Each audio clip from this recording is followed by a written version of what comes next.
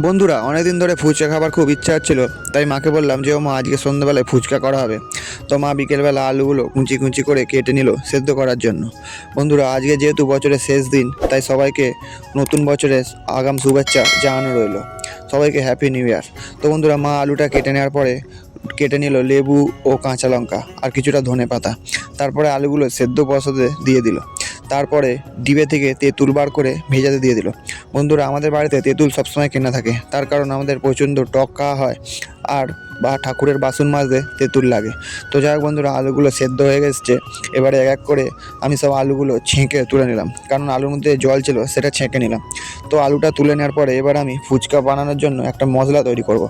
কড়াতে আমি কিছুটা দিয়ে দিলাম গোটা ধনিয়া, তারপরে দিয়ে দিলাম কিছুটা গোলমরিচ গোটা, তারপরে 4টে এলাচ 4টে লবঙ্গ আর কিছুটা ডালচিনি নিয়ে ওই কড়ার মধ্যে দিয়ে দিলাম। এবার কিছুক্ষণ নাড়ার পরে লাস্টে দিলাম একটু গোটা জিরে।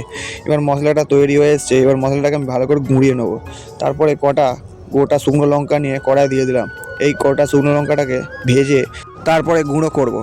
এদিকে কড়ায় মা সাদা তেল ঢেলে দিল, কারণ ফুচকা আবার ভাজা হবে। তো যাই হোক, ওদিকে আমি শুকনো লঙ্কাগুলো ভাঙানোর জন্য নিয়ে নিলাম হামাল দিস্তিতে। তো বন্ধুরা এক এক করে গুঁড়ো করার পরে মা ওদিকে অনেকগুলো ফুচকা ভেজে ফেলেছে। তো লঙ্কার মশলাটা আমি ঢেলে নিয়ে এবার এদিকে চলে এলাম। দেখি ফুচকা ভাজে ভেজে মা অনেকক্ষণ ধরে তুলছে। ফুচকাগুলো কিন্তু খুব দুর্দান্ত লাগছে, গোল গোল।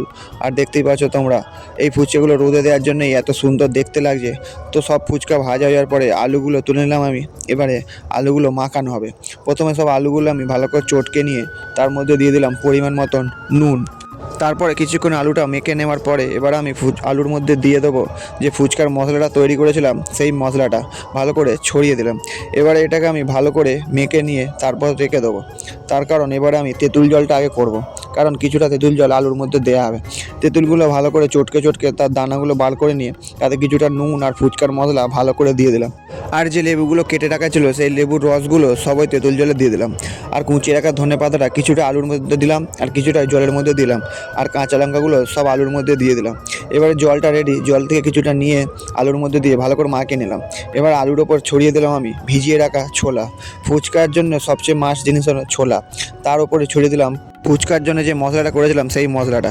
এবারে তেঁতুল জলটা দিয়ে দিলাম অনেকটা জল, তার কারণ এটা অনেক টক হয়েছিল, তাই জন্য পরিমাণ মতন জল দিয়ে সব রেডি।